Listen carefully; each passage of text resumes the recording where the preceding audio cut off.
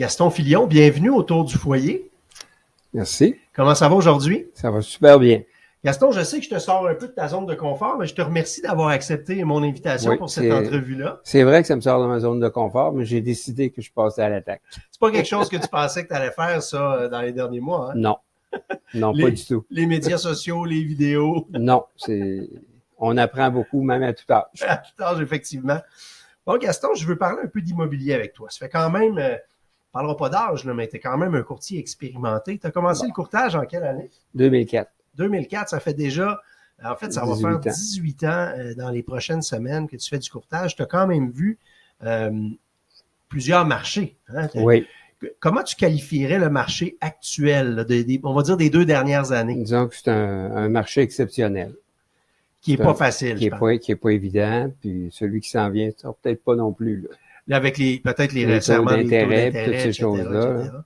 Qu'est-ce qui t'a amené, Gaston, à vouloir devenir courtier immobilier, toi, en 2004? C'est que j'avais une entreprise. J'ai commencé, moi, dans l'assurance, à Sainte-Foy, à l'Union canadienne compagnie d'assurance. Puis ensuite de ça, on avait racheté l'entreprise de mon père, qui était une usine de seconde et troisième transformation de bois. C'est-à-dire qu'on partait pas d'un billet, on partait d'une pièce carrée. OK. On faisait même du bois pour les matelas, les clôtures, la construction, toutes sortes de choses comme ça. Et puis quand on a arrêté, j'ai été à peu près 1 an et demi sans travailler. Puis dans ce temps-là, Mme Robitaille, qui était chez Remax Avantage, oui, m'avait contacté. Puis elle m'avait dit ça, elle dit « J'aimerais que tu sois dans notre équipe ». J'avais répondu carrément non. Mais tu la connaissais ou je la connais depuis toujours. Ah, OK. Je la connais depuis toujours. Okay. Puis j'avais répondu non. J'avais jamais pensé à ça. OK. Puis tout d'un coup, je ne sais pas pourquoi, l'idée a fait son chemin tranquillement. Puis j'ai décidé de prendre le cours, puis c'est comme ça que c'est arrivé. C'est un changement presque à 180 degrés. On part de... C'est un gros 180. Oui, c'est ça. On part de la transformation de bois à l'immobilier. Ouais, c'est super différent.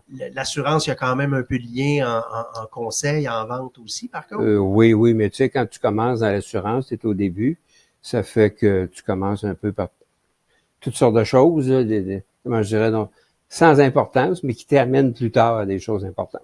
Qu'est-ce qui est le plus passionnant? Qu'est-ce qui fait qu'après toutes ces années, on est encore passionné par le courtage immobilier? Je vais te dire, regarde, c'est drôle à dire, hein, mais je suis pas capable d'arrêter de travailler. Ça, c'est mon premier gros problème. Ouais. Et puis, j'aime le contact avec les gens.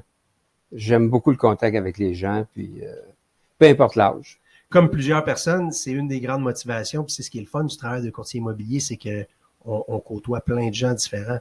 Puis l'importance, justement, de l'humain, je pense que c'est ce qui motive aussi...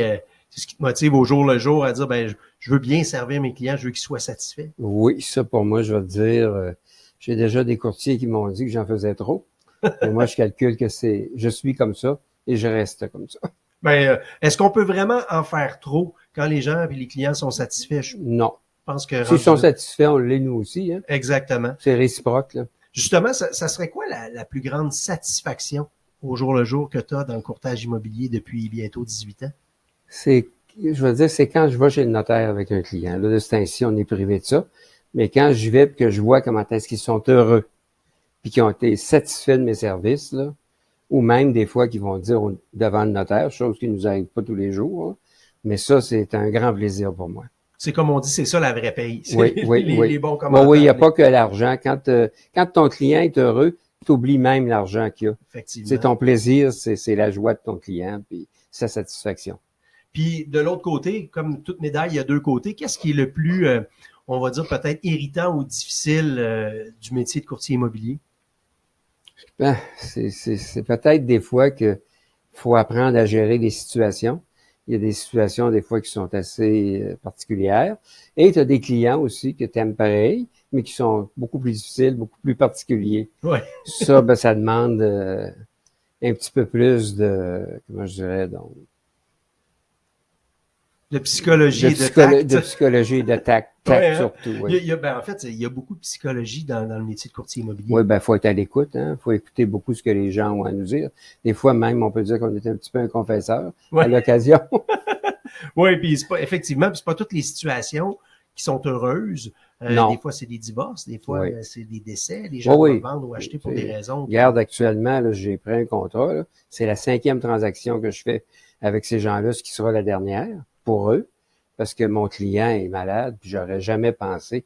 En 2013, quand il a acheté, il dit, Monsieur Filion, vous allez revendre ça ici. Oui, mais j'ai dit, regardez votre âge, puis regardez mon âge.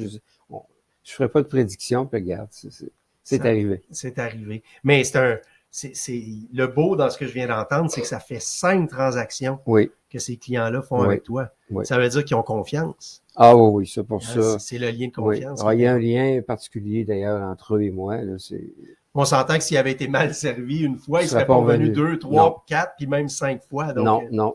Ça, pour moi, c'est une fierté aussi. Puis, si je te posais la question, qu'est-ce qui est pour toi un bon courtier immobilier?